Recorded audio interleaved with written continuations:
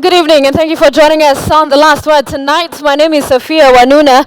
In the last few moments, Dr. Chief Justice William Mutunga just had the last word on the stalemate and the crisis that has been unfolding at the Supreme Court, saying and in fact upholding the Court of Appeal ruling that judges should retire at the age of 70. And we want to listen to his final sentiments as he retires. Remember, day after tomorrow, that was a crucial ruling there that the country has been looking at the issues that have been unfolding, touching on two judges, especially of the Supreme Court.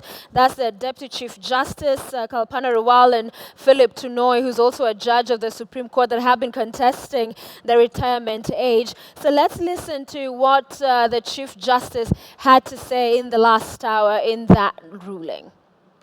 Come to the end. For the above reasons, I'm of the view that the preliminary objection should be upheld and that this court should decline to entertain any of the applications on their merits. It was urged that we declare the decision of the Court of Appeal as final. In my view, the majority of the bench are declining jurisdiction and are recusing themselves to hear the applications and the intended appeal. So the decision of the Court of Appeal stands, but I would not say it's final. The applicants have the right to appeal to a Supreme Court differently constituted. I do not believe we are holding that because of recusal, the Supreme Court has no jurisdiction to hear the appeal. My orders separately would be as follows. The preliminary objection in petition 1112 are hereby disallowed. Mr. Mutata's preliminary objection on this court lacking jurisdiction ab initio to hear the preliminary objection, including his, is hereby disallowed. Because of the perceived conflict of interest in the constitution of the bench hearing the matter, this court should decline jurisdiction to hear the applicant's application, the application of the respondents, and the intended appeal. And for avoidance of doubt, and on the basis of prior orders herein, the orders granted by Judge Njoki must be vacated, and are here vacated. The cause shall be in the cause. Now I need to read the orders of the court to bring clarity. And these are the orders with both the majority and the dissenting colleagues. We've agreed. And these are the orders of the court then. The preliminary objection by interested party, Mr. Omutata, together with the application number 13, is hereby allowed. The ex parte orders granted by the duty judge on the 27th of May 2016 are hereby vacated. The judgment of the Court of Appeal shall stand until it's either affirmed or reversed by a competent bench of this court.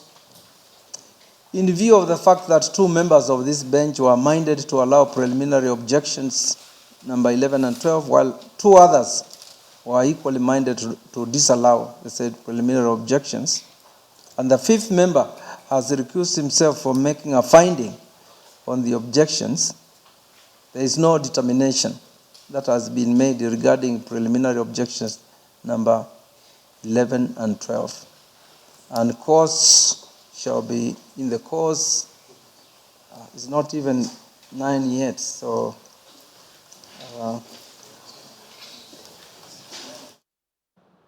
All right, that the Chief Justice of the Supreme Court issuing the ruling final verdict on a matter that has been unfolding the last couple of days, saying that the Court of Appeal's ruling that judges should retire at the age of 70 has been upheld.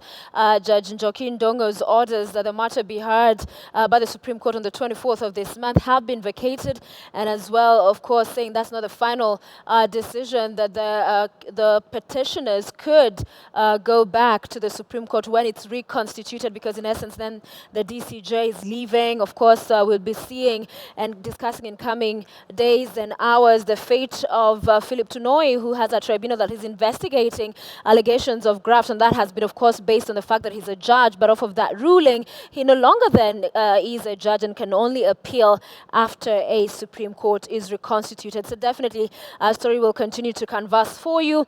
But also we want to take a listen briefly at what the other judges of the Supreme Court had to say, because earlier we had Judges Ibrahim Mohammed as well as Mokin Wanjala recuse themselves from hearing this particular matter before the Supreme Court. Let's briefly listen to that, and then I'll be introducing to you our topic of discussion tonight and our guest as well. It is with a sad heart that I have to disqualify myself, given that I'm one of the bigger, that I'm aware of the bigger issue of quorum and its deficit. This is a quoted court, and at the moment, the court is facing the most serious challenges it has ever before. My specific orders would break down as follows. Firstly, the notice of preliminary objection by Mr. Okia Omtata Okoiti is disallowed. Secondly, the hearing of the matters to which this order relates shall proceed to the next stage. Lastly, costs shall abide the final determination of applications and all courses of action hearing, dated and delivered at Nairobi, this 14th day of June 2016. The effect of my recusal will no doubt affect the capacity and competence of this court to raise a quorum. The effect, therefore, of the inability of the Supreme Court to entertain the intended appeal is that the decision of the Court of Appeal, to the effect that all judges must retire upon attaining the age of 70, stands until it is affirmed or reversed by a properly constituted bench of the Supreme Court. In other words, such decision is not final, but it stands until a duly constituted bench of the Supreme Court can consider it. I have a slightly different position from my brother, Justice Wanjala. I believe that it would not be proper to vacate the orders of this court given on the 27th of May, 2016, within the confines of a ruling on a preliminary objection. The correct and legal manner to vacate such an order would have been at the inter-parties hearing of the application. All right, so in essence, as you've been seeing that ID on the screen there, Judge Rawal, who's the Deputy Chief Justice, as well as Philip Tunoy, losing out on that retirement age matter. Yes, the Chief Justice saying they can appeal once the Supreme Court is reconstituted. And of course, by then, those positions, one would imagine, will be filled, but we'll be having legal minds to break down what this, in essence, means. But definitely a story will continue to follow for you, even as the Chief Justice himself leaves office day after tomorrow. We'll be covering as well his address to the Senate for you, and that will be making our topic of the last word tomorrow evening. But let's get to another big story that we're following for you today, where the 8 members of Parliament facing hate speech and incitement charges have been detained for 4 days in what marks a historic decision by a magistrate in a high-profile matter. Now, Gatundu South Member of Parliament Moses Kuria, Machakos Senator Johnston Madhama, Bahati MP Kimani Gunjiri, Kabete MP Ferdinand Waititu, and 4 others have been sent to various police stations where they will be detained until Friday. The office of the DPP successfully petitioned the magistrates to detain the 8 without any possibility of bail. And here's our Timothy Otieno with more details on that report. Among the very first to be arrested early Tuesday morning was Suna East Member of Parliament Junet Mohammed, as the police cracked down on at least 6 members of Parliament accused of engaging in hate speech and incitement to violence. No, I said no. But with who? That is okay. Let us go.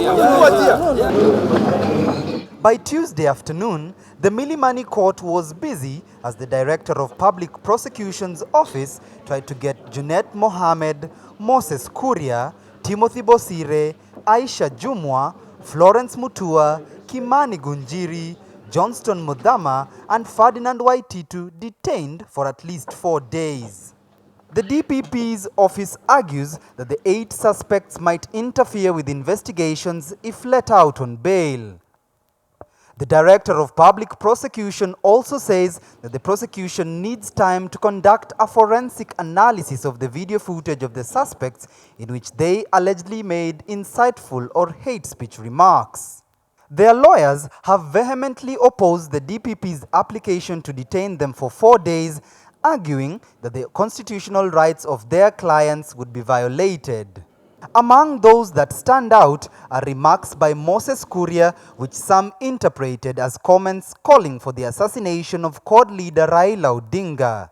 His Bahati constituency counterpart Kimani Ngunjiri is also in trouble over remarks he made over the weekend when angry youth disrupted a gathering convened by CORD leader Raila Odinga.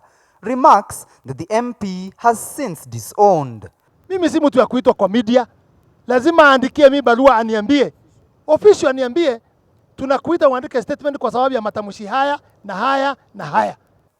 Ferdinand Waititu, on the other hand, has been called upon to answer to claims over insightful remarks he made while at Kasarani over the weekend. But it certainly isn't the first time the nation is being subjected to an entree of political slur. Both Moses Kuria and Ferdinand Waititu are currently out on bond over insightful remarks both made in the past. The magistrate has since ruled that all 8 suspects will be detained without option of bail until their case is heard on the 17th of June this year. Timothy Otieno, KTN News. All right, politics of hate is what we're focusing on tonight, and not just the politicians, but we've seen ordinary citizens as well get into that vile that we see going through our social media as well. It's our topic of discussion. We want to hear from you tonight, your thoughts on the development, especially the court. They're deciding to detain the 8 members for 4 days without bail. Is that what we need to see? Some harsh, strong action, if that is harsh at all. There are those who debate the same. But let me introduce my guest to you tonight. On my immediate left is Linda Ochiel. She's a commissioner with the National Commission, NCIC. National Cohesion, yes, Integration Commission. There we go. We also have Extian Della, who is social and digital media personality, voted most influential social media personality in Africa as well. And on my extreme left is Dennis Itumbi. He's the Director of Digital Communications, the Office of the President. We thank you, ladies and gentlemen, for being with us tonight. Before we get into matters social media, a big story we had there earlier on the Supreme Court, and of course, you've all been following. It has been a story that has dominated national dialogue for the last couple of weeks. Dennis, I'll start with you. Your thoughts on that? First, let me mention that working in the executive, I find myself at crossroads on commenting on the judiciary. But as a Kenyan and a citizen of this republic, I find the developments in the judiciaries being things that, and also as a student of law, I find the precedent set today at the Supreme Court will govern and control debate for a long time. Specifically, that there were 2 issues here. There was the issue of Judge Joki Ndungu, who put up a stay order, and today she had a day by proving that actually, by the Supreme Court actually agreeing she was the duty judge at the time. That was a major win for her, because at the time she had been said that she had acted ultra vires outside the norms of the Supreme Court. Then there was a bigger decision about the retirement of the judges at 70, where I have, as a citizen of the Republic of Kenya, I have personal issues on it, because then it means that if a Kenyan cannot then be able to appeal and a decision made at this time, then there is a problem about that person. What happens, for instance, when the Supreme Court is reconstituted in 4-6 months due to the procedure, and they go back and they win their case? And at that time, we have reconstituted, and for a while, who is DCJ, there will be a new DCJ at the time of appeal. What really happens? What is the justice around there? But Those isn't the Supreme Court the final say, the final word anyway? No, but the Supreme Court has also ruled that they can be able to appeal once they reconstitute. Right. So the question is, once they reconstitute and they appeal, and the Supreme Court actually upholds their appeal, which means they go back and retire at 74. It will be injustice on the part of Rawal herself. All right, it will be interesting times to see. Extian, do you follow much of this politics of the judiciary as well? I do follow as a Kenyan. Yeah. I'm not vast in terms of knowledgeable of the judges and everything like my friend Dennis here, but as a Kenyan, I'm concerned. If I was asked to give an opinion on how the retirement age of the judges, I'd say around 50. ask me why, because I believe they're competent and they're amazing young lawyers out there that qualify to sit in the bench. Right. Yes, so that is my opinion. So you were surprised to see at past 70 the Yeah, people past 70, fighting to is stay. it even a conversation that we need to have? All right, interesting views there. And yourself, for Chill. Yeah, coming from the National Cohesion and Integration Commission, the issue of the Supreme Court and the judiciary, has been one of the sources of tensions that we've had in the country today, and especially as we head towards elections. So for me, I would just wish that the process of, getting on board reconstituting the Supreme Court, be fast-tracked so that, as we prepare to go into elections, we have confidence that we have a judiciary that will be able to determine matters in, an efficient manner. Yeah. So that, we reduce the tensions that we currently have in the country today. All right, so let's get away from matters Supreme Court. Of course, as I said, we'll be having more comprehensive conversations and reports, even as the CJ leaves office, retires a day after tomorrow. Tomorrow he is set to actually address the Senate, so we'll be having more of what his tenure has entailed, but also breaking down for you what this decision of the Supreme Court means going forward. So definitely KTN News will continue to give you the whole story on this one. But let's move on to matters hate speech. We saw that report there by Timothy Otieno, and today is that ruling by the court agreeing with the prosecution, asking for more time that the culprits allegedly hate speech allegations being put against them be kept in custody. So XTN, following all of this happening in this country, it's not the first time we're talking about hate speech. It's been talked about before, and we've seen clips circulating on social media. And even mainstream media has been on the spotlight sometimes. What do you make of this particular allegations? I think it's a position that guys like me who are an influence on social media really need to look critically on. I myself, I don't and I will never ever push hate on social media. I have never and I will never do that, because my influence is really large, not only in Kenya but across the globe. So whatever I post is just a reflection of how Kenya is. So if I post trash, if I post hate, not only Kenyans who follow me will see, Nigerians, South Africans, guys in the US and the UK, that is what they'll see. That young guy in primary school, that young guy in high school, that is what they see and what we teach them, because a lot of people look up to us guys on social media. So whatever XT and Della posts, and maybe you have young guys who are looking up to me, post. If I hate on Kikuyus, Luos or whatever tribe, they will grow up knowing that Extiendela endorses hate on Kikuyus, on Luos, on Luyas, on a particular tribe, and they'll carry up that up. So I myself, I've taken a very strong position against hate on social media, and I decided, I tweeted yesterday, and I said, I choose to stand against hate. It doesn't matter if I'm the only person standing against that. I will stand because I believe the decision and the change starts with me. All right. And Dennis, looking at these politicians, some would say some are repeat offenders, but nothing substantial that would be deterrent going forward appears to be happening. What are your thoughts? Let me start it this way. Mark Twain once said that patriotism is loving your country all the time and loving your government when it serves it. I will add, it is endorsing your politicians when they are doing something that is commendable and telling them off when they are completely off the trail. Let me say this. I was involved in the Jubilee campaigns. I'm involved in the presidential agenda and the Jubilee agenda in terms of their implementation of their manifesto. I will never at any one time be part of anyone who endorses hate. As a nation, we must begin a conversation where citizens stand up and decide that those people who preach hate no longer have a place and voice. And that also goes to the media. Two serious legislations in the Media Act and in the broadcasting regulations actually prohibit the media from airing hate speech.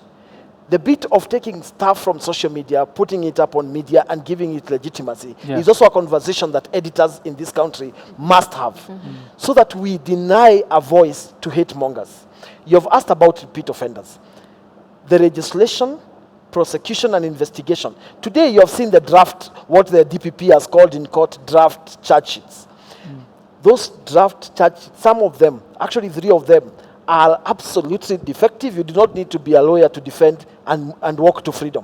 When you charge somebody for saying, Aisha has been taken to court for saying that Moses Kuria was appointed by the president and should not be appointed. What crime is that? So Dennis, you so eloquently talk about the role especially of the media and other stakeholders, but you say you're part of Jubilee, and these individuals, some of, are part of Jubilee. And I condemn. And what is being done in terms of party mechanisms, coalition as well, to be seen to be truly against this? It's not enough for you to come here and say, oh, we're against this, but in as far as punitive measures, so that they know, as a coalition, we do not stand for this.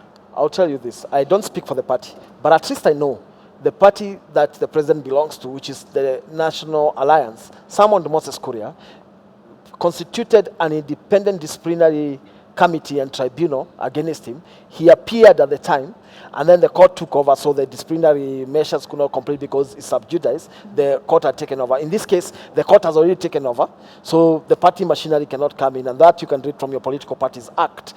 But the thing is this: if our political parties have no choice but to act on these people who are convicted, because also the political parties have a responsibility. The Constitution provides for charging, prosecution, and conviction. In fact, a clause in the Constitution says that until all mechanisms of appeal are exhausted. So at this point, the party will be cannot come in until all the mechanisms under the Constitution of appeal are exhausted. But that is not to excuse hate. We do not have to wait for those mechanisms as a people. We have to adopt ways when we are going to the ballot box to deny these people our ballot. All right. Because it has to start from us as individuals. So Linda, there are those who criticize the NCIC for being a toothless bulldog, that it's all about talk. Every time there's hate speech, they'll come out, tough talk, but really nothing ever happens. And some say, why even have the commission in place? Get it off, because we're not seeing any much work done to ensure that these individuals, when allegations are put out, they're brought to book. Actually, I think that's not true, Sophia. Yeah, we do a lot of... we receive complaints. So far, the National Cohesion Integration Commission has received 900 complaints that we processed. And by processing, I don't just mean that we have, taken them through, judicial process. Being the National Cohesion Integration Commission, there are other mechanisms that we use to address even issues such as enforcement of hate speech legislation. We can issue cessation notices, we can issue summonses, we can conciliate matters, and the final one that we do is investigate and take matters to, to the Director of Public Prosecution, for, to be taken to court. Right. So I wouldn't really say that the NCIC has done nothing and it's just tough talk, There are several institutions that have to come together for the NCIC to be able to be functional in terms of, securing a conviction on matters of hate speech. Have there been any convictions? Let me just explain this, and then I come to that. We have a tripartite arrangement with the Criminal Investigations Department and the Director of Public Prosecution.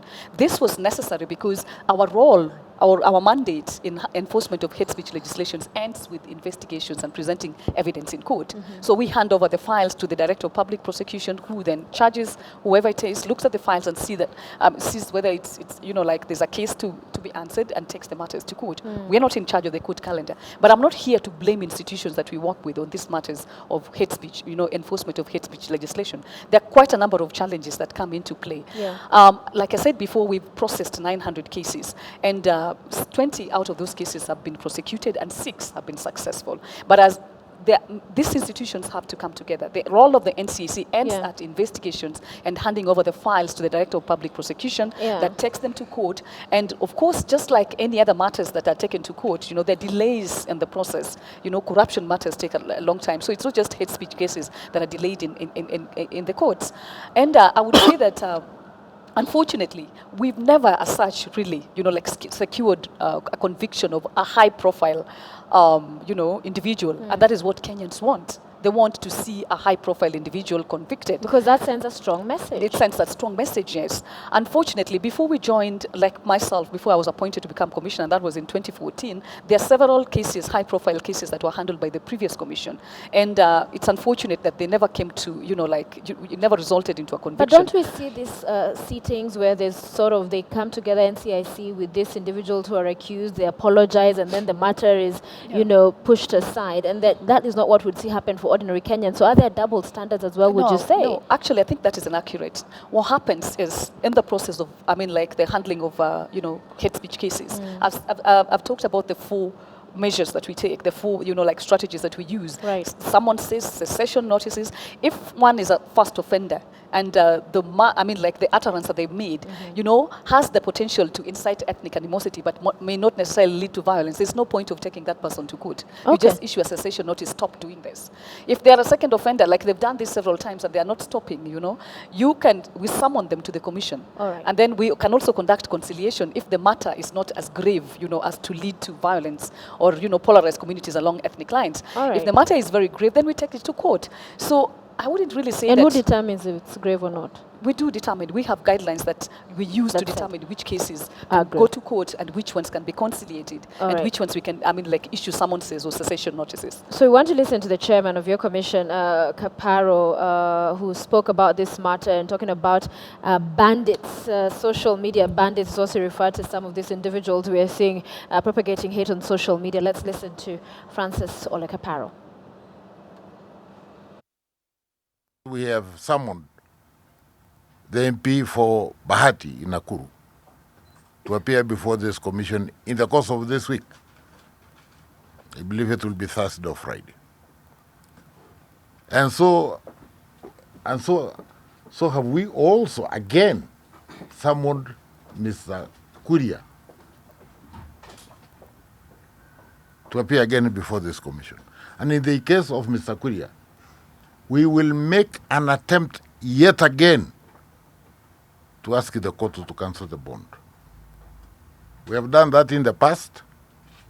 Unfortunately, on all occasions we have made an application to the court to cancel the bail of this particular accused. The courts have always refused to listen to us. One wonders whether the courts will wake up to reality when the whole country is burning. Nimesikia nimekuwa summoned. Sijui na Kaparo.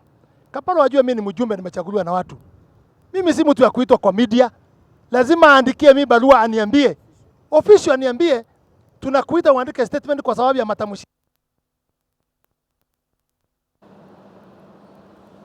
All right, we've heard from the chair of NCIC as well as the Bahati Member of Parliament. Adela, let me bring this to you as far as the rapid rise in technology that we've witnessed in the country and around the world in total. What challenge, if you describe it for us, for a person who's largely engaged in social media, has it presented in as far as, curbing social media hate? It's very hard to police or curb social media hate. Reason being, social media sites are just normal websites. There are websites like standarddigital.co.ke, and Twitter, YouTube, and Facebook have privacy policies whereby they can't really disclose someone's IP addresses and someone's personal information. It doesn't matter who you are. Even we had a case whereby someone posted a video, some guy in Pakistan posted a video insulting the Muslim faith, and YouTube did not bring it down in as much as people were rioting. So in as far as curbing social media hate is concerned, it's hard because you find young people hiding behind parodies and pseudo accounts. So I can form an account and hate on Sophia Onuno, KTN, or Dennis Itumbi, or Ex-Diandela, and you can't really find who this person is. And then it keeps circulating. It keeps circulating in as much as the NCIS or the CID or even the government goes in getting NCIC, sorry, in as far as getting these persons are concerned, you will get them, but how can you prove the account is yours? My friend Dennis here had a court case with a fellow blogger, and they got to court. The blogger said, "That's not my account." How can you prove that is the account? It's a bit hard. So it's a delicate issue that you're saying will continue to take a life of its own without much measure? It will take a life of its own, but it depends on how we shape it, because it's up to people like me who are in influence and in power on social media to direct the conversation. If I lead my 700,000 followers this direction, they will follow me. If everyone, if we decide as influential people to take this direction, this path, that is what the country, as far as social media is concerned, Right. will take. But if all of us go the Moses Kuria way, the Tito way, and the MP for Bahati and way, it's a bit crazy. Yeah. It's a bit hard. Dennis, do you think you wanted to say something? before Yeah, I actually wanted to say that no, it's not going to be like this forever. Okay. We are going to suggest self-regulation as a first step towards regulating social media. Peers to regulate peers, which is what Dela is now talking about, and I am happy that he's doing it. For peers to begin self-correction mechanisms, which is the conversation started with media. When there was a conversation about self-regulation in media, we started with media houses, editors coming together, and Editors Guild was formed to regulate themselves. Then Wangethi Mwangi of The Nation then and Joe Carthy, a media scholar, developed guidelines which then were not enforceable. So what then government did is bring in regulation, and there was the formation of the Media Council of Kenya and a Media Act to back up that self-regulation. So a law was brought in to enforce these guidelines that were there, and now the media is regulated by a law. Social media needs to adopt that model. First, we will leave it to social media users. Unfortunately, being a social media user in government, I may not be able to participate in that. So I gave a challenge to Christian Dela, and it's over limited time, for them to come together. There's World Social Media Day on 30th of June, for them to come together, have a conversation, and begin that self-regulation. If that fails, the state will be left with no option but to introduce state regulation, which is not clampdown, which is to introduce a law that then backs up their own self-regulation, form a body at the top that then looks at those things. And Dela, let me just inform you, there is no more anonymity. Try anonymity, will get you where you are. And there are cases. I mean, there's Terry Jones of the US. He started banning some Qurans, and nobody knew he was. He started posting it on Facebook and Twitter. He's since been arrested. In Kenya, there are 4 cases currently ongoing in court from anonymous accounts, which you've been able to unravel. We will not let this nation ban on the account of people who are keyboard warriors with a spear and willing to spill blood. But Dela, do you agree with those who have accused the government of clamping down as opposed to really dealing with the issues? I think it's a bit tricky, and what I'd love to say is it's matters government and matters politics. I really love distracting. Taking a backseat with, because it's. I don't know what's going on. Maybe someone has inside information about the government, someone doesn't have. Maybe you just find social media users just trying to hate on Itumbi's work, the government's work, or maybe supporting their position. So it's a bit tricky. And matters government, as long as I don't see the proof, I rarely talk anything politics. But what I want to say about politics and government and parties, I think self-regulation is really important when it comes to social media. I have not seen any political party going on social media and denouncing matters, hate speech from politicians. I've not seen that.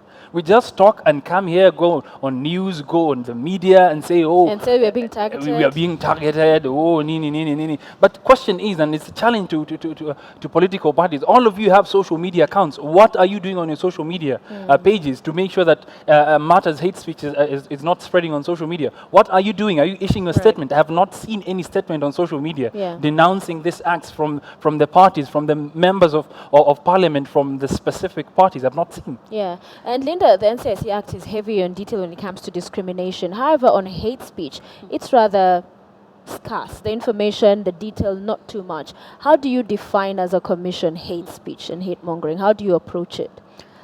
One of the challenges, we've been discussing this in the media, and several debates have been held, and we've been engaging the Parliamentary Committee on Justice and Legal Affairs and other relevant parliamentary committees on review of NCIC Act.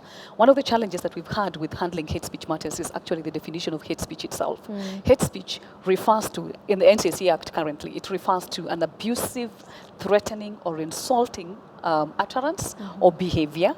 And it doesn't necessarily have to be an utterance or behavior.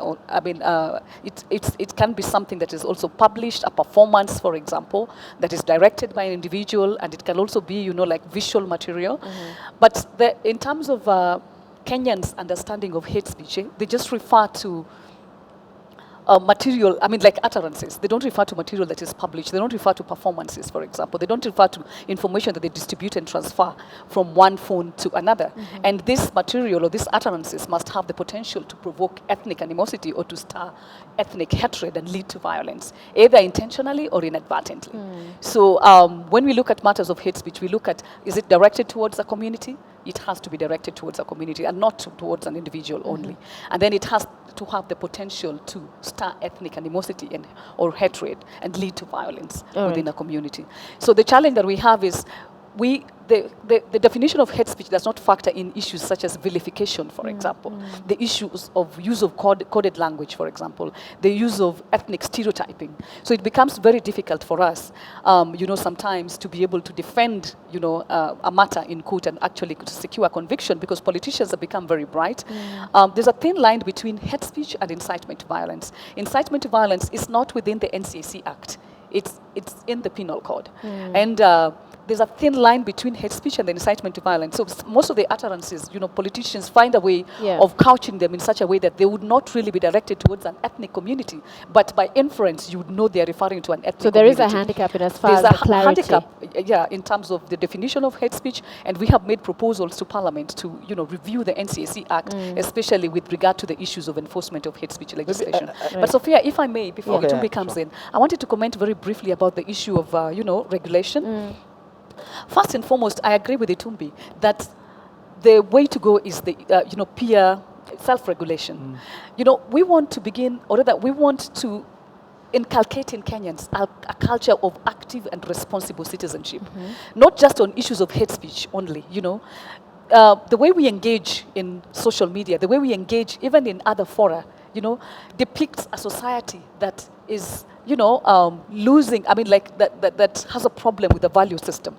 Because we begin to, Kenyans now look at other people from other ethnic communities as objects, and as people, the other people. So you want to begin, when do you intend to begin? Because you've been in office for a while. It's not NCC beginning. Yes. Maybe it's just, like a figure of speech, Yes. the way I speak and say begin. Okay. So it's not like we're beginning right now, but we'd want to, continue promoting a culture of, respect for values that would bring us together and emphasize the idea of, active and responsible citizenship, and not only on hate speech matters, but how Kenyans conduct themselves in public fora. Right. And before we wrap up, hopefully you'll give us one of the ways you intend to do that, because we'd love to hear that. Yes. Let me just add something. We have had, in 2013, we had a conversation actually about a play, Shackles of Doom, done by Butere Girls. And the plot of the play was about a guy who had discovered an oil field and then had gotten married to a member of another community, and then that community ended up employing everyone from their community instead of the community where they had gotten married to. And eventually the oil field explodes, and the play ends by saying there is no credible solution to this, but to say that is where we are going. So people moved to the Kenya National Drama Festival's officials banned the play from going to the nationals, despite the fact that it had won at the zonals and the districts and the provincials. So the school, not the school, an activist went to court to challenge the ban. The judge had a brilliant argument and judgment on that issue. He said, look, first, it went under vetting through the different levels. Second, offensive speech is not necessarily hate speech. If I say Sophia is moderating this show by favoring Christian Della, which is not what you're doing, but if I say that, it may be offensive to some people, but that is not hate speech. So basically, we also have to understand that sometimes what offends us or what stirs us up is not necessarily hate speech. At the end of the day, the court ruled that that play was not stirring ethnic animosity and ruled that it be allowed to be performed at the national level. It was eventually performed and actually won the National Drama Festivals of that year. So, and the writer later became an MCA. My point is this. Kenya has had objective discussions about hate speech. But the way the law was crafted, it was actually a product of dialogue, because it was a product of the Serena talks after the 2007-2008 post-election violence. And in Serena, 4 things came up. One of them was NCIC. It was adopted. Actually, the longer version of the act calls it, this act is to promote national cohesion. So the first purpose of this act is actually not prosecution. It is to promote national cohesion. That is why it was acceptable for Moses Kuria to apologize, which is part of the statute, and that's what she explained. Some things have to be solved on the table. That is why some things have to go to court and be adjudicated. And that is why in the Chirao, the Republic versus, Robert Matano and the Chirao Mwakwere case, Yes. the court, first of all, the minister then moved to the Constitutional Court to ask the Constitutional Court to strike because the issue was unconstitutional. And his argument was the way the NCIC Act is crafted means the minority cannot criticize the majority tribes. The court threw out the issue and said, look, you're still allowed under all the other aspects of freedom of speech to raise your issues, to say Luos or Kikuyus or Kalenjins are more in government than the rest. So those are issues. Kenya has had a proper conversation on hate speech. The issue is, it needs review from conversation to something that can actually land people in jail. As it is now, it is difficult to win a prosecution. Della, would you say there's more you can do as a person who's won an award as the most influential personality on social media in Africa? Because you see a lot of your hashtags trending, but to say that you don't propagate, you don't support, is that enough? Is there more people like yourselves could do, as we're talking about it coming down to self-regulation, that we could see personalities like you take up initiatives, hashtags, whatever it is, to be able to spread that word and get people on board to realize how much harm this is doing? There is more we can do, and I believe like 2 weeks ago, I started a conversation to young guys, because most of the guys who are following me on social media, the age is between 15 to around 35. So every Sunday at 9 p.m. We normally have this discussion on Twitter. It's called the XTNDella live chat. For the past 3 weeks, we've been having this conversation. The first week we had about how young guys are being used by politicians to spread hate and go on the streets and protest. And I just wanted to know why are young guys doing this? Joblessness was a very big thing that the young guys are talking about. And the next thing I discovered on social media last week, actually, I had another question, like where is tribalism coming from? When it comes to social media and the hate, we discover that parents are very tribal people. Our parents are very tribal. Don't play on with those social kids. media. And I challenge a lot of young guys, and I asked, would you stand against your parent when you hear your parents speaking ill about a politician or a certain tribe, or just spreading, talking hateful about someone?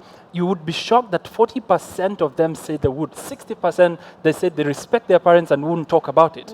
And I just started engaging them on that level. I know it's a bit hard when I'm doing it alone, and I believe that most of us, we can do something. I think the media and people who are listening and watching right now, we can do something. We can start a conversation. Take this thing offline and put it, online and put it offline. Let's go for forums. Let's discuss. Because my main worry right now, and it's a very big concern. Like last week I also did a survey and asked, how many of you young people are going to vote next year? You'd be shocked that 70% of them say they won't on social media. Why? Because of hate, because of tribalism. Most of them say they fear even getting out of the house and going to vote. Most of them say that they haven't even taken the IEBC voter registration card. So it is so sad, and I think it's high time we need to take this conversation to the next level. We need to do something. As I said, and I'm challenging political parties on social media, there's more you can do. Don't just go on media and say blah, blah, blah and everything. Most of these young guys don't even watch TV. Most of these guys are on social media. Go on your social media platforms and denounce hate. Denounce these people propagating hate and speaking ill about other ethnicities on your social media platform, because that is where young guys are. Young guys are. Linda, the significance of today, that ruling from the court, the 8 legislators being detained, is there any significance? Is this going to go a long way in sending some message or in things changing as far as how we handle this kind of allegations? Actually, for us, that's I would say that it's encouraging. It's encouraging that they're going to be held for those number of days, because we're looking for deterrence. We've been taking matters to court for the longest time. I would say that the longest that a politician has been held in the cells, for example, on matters of hate speech, is just 1 week, and that was Moses Kuria, and that was the only one. All the other politicians are normally given bail on the spot, so they don't really get to, get into the cells themselves. So for us, that's a win. a small little win. I mean, for Kenyans, I would say it's a small little win that they'll be held, there without bail for, for them even to reflect on some of the things that they've been doing and see that this is a grave matter that needs to be handled, like a little bit more seriously. Yeah. But beyond like holding them in the cells, we are And there are hoping. those who are cynical are saying they really are not in the cells, but yes. Yeah. Beyond that, we are hoping that, these cases would be taken, like the investigations process would be concluded as fast as possible, and they would be charged formally. In the court of law, and the processes will be fast tracked. The court system, the judicial system would fast track the cases so that let's get to let Kenyans see some results in terms of the penalties for hate speech. Right. But then beyond that, what I was speaking about, that is in the short term. In the long term, there's the values issue that we're speaking about all the time. And we're working very closely with the Institute of Curriculum Development to ensure that we focus on the issues of national identities and values in our education curriculum. Yeah. So it will deal with some of the issues. So the socialization process that we go through, being, socialized by your parents, or by your family, or by your peers to be the other, belonging to this community and others belong to that community. Okay. So that will help us also in the, in the long term, beginning to socialize children, to nurture them, to inculcate values that would help them to be more tolerant of people from other ethnic communities, and embrace diversity, because we are a diverse society, we are a diverse community, and we are not going to be able to win these issues of hate speech and taking people to court if we don't deal with the issues of values and value system. Yeah. Then aside from that, let me just emphasize this. A society, and I keep on emphasizing this in every TV program that I go to, it's a statement that was made by the Kenya National Commission on Human Rights. A government or a leadership that does not respect the rule of law, or is not subject to the rule of law, or enforcers in a country where enforcers of the rule of law are actually not subject to the rule of law, there's very little that you can expect from members of the public, because contempt for the rule of law actually breeds, I would say that lack of respect for the rule of law breeds contempt for the same and erodes public confidence in institutions of governance. Okay. And that is why we have civil disobedience, and you can have people doing all manner of things because impunity reigns. So it has to start from the enforcers of the law, and it has to start from our leadership, be they in opposition and be they in government, and that should trickle down in terms of role models for young leaders that are coming up, and even children in our societies. Right. Dennis, and there's, I think it was NCIC chair who also said that this round of allegations that we are now witnessing that led to those legislators being locked up is as a result of the demonstrations we've been witnessing from the Coalition for Reforms and Democracy, piling up pressure for the IEBC commissioners to leave. Do you agree with that sentiment, that this is where we are seeing that come from as we head to the 2017 elections? Definitely the elections have something to do with it. Kenyans in this country, we have no issues when we are queuing in a supermarket to pay. We have no issues when our kids are playing together somewhere in a park. We have no issues when you're in a matatu and sharing and going somewhere. Our issues of separation and our awareness of what ethnicity group we belong to only comes during elections. So that is where the problem is. And that's why most of the guys here are actually politicians. I want to disagree slightly with my sister on the NCIC small victory. I think today's victory was a victory on the part of the prosecution. I know they have a tripartite agreement, and on that then they can claim the little victory. But the DPP today emerged a star. Police did well, they arrested these people, but after that, the charges that were drafted are charges, as I said in the beginning, you don't need to be a lawyer to defend those guys and for them to walk out of those places, because they're not even related to hate speech in any way.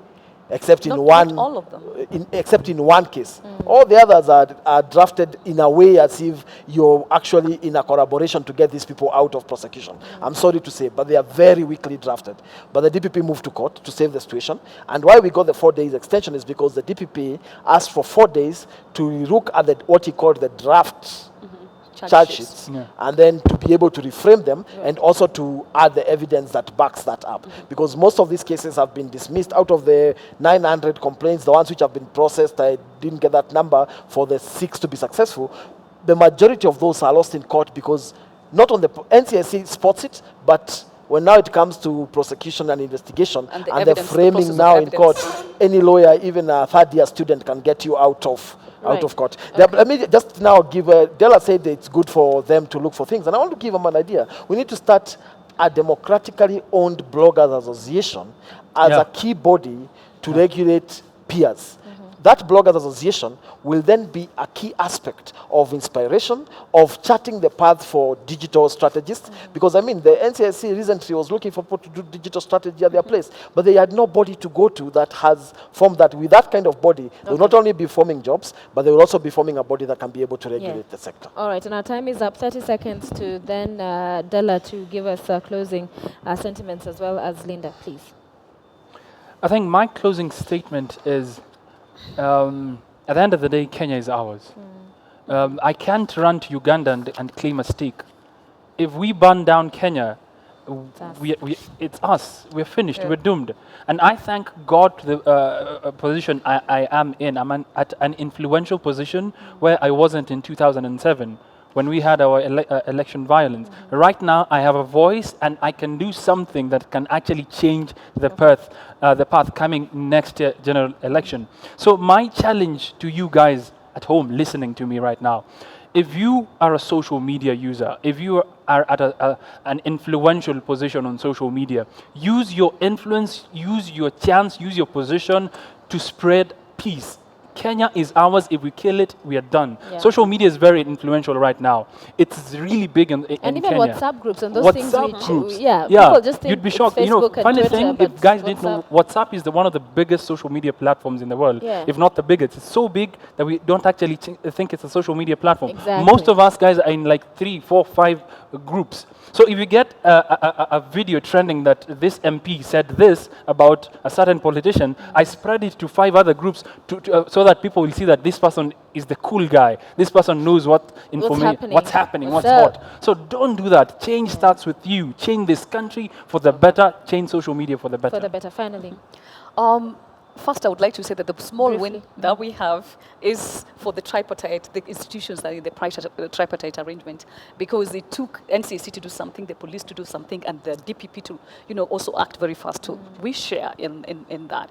But what I would like to say is that the prosecution of hate speech offenders is not limited to politicians only. And I would like to speak to the youth of this country, that any person that distributes, leave alone generating content, transferring from your phone on WhatsApp to another phone, commits an offense. If whatever it is that they're distributing has the potential to incite ethnic animosities and lead to violence, commits an offense and can be prosecuted, and the penalties are very grave. And for young people in this country, you may not be able to raise 1 million shillings and you don't want to go to jail for 3 years. So this is not limited to politicians, and we're asking you to be, careful, and to care about your country, to uphold, defend, and protect the laws of this country and the Constitution. Indeed. 30 seconds. Let me say this. Let us aim to die for this country, not kill for it. And let us live within the words of our great national anthem that says, let's all within one accord, in common bond united, build this nation together, fill every heart with thanksgiving in our heart. And like Philippians 4:8, which is my last comment, says, whatsoever is true, whatsoever is noble, whatsoever is right, whatsoever is excellent and praiseworthy, think only about such things. Amen. God bless Kenya. God bless Kenya. That's a good last word. That was a good one. Dennis Itumbi, Director of Digital Communication at the Office of the President. Estienne Della, who is a social media personality, digital media personality as well. One Africa's most influential social media personality here, as I said, in Africa. And Linda Ochel, NCIC Commissioner, with us tonight on The Last Word. And we thank you for being part of the show as well. Have a good night. And as Mr. Itumbi told us, may God indeed bless Kenya. Let's think on those very noble words. Good night. Good night.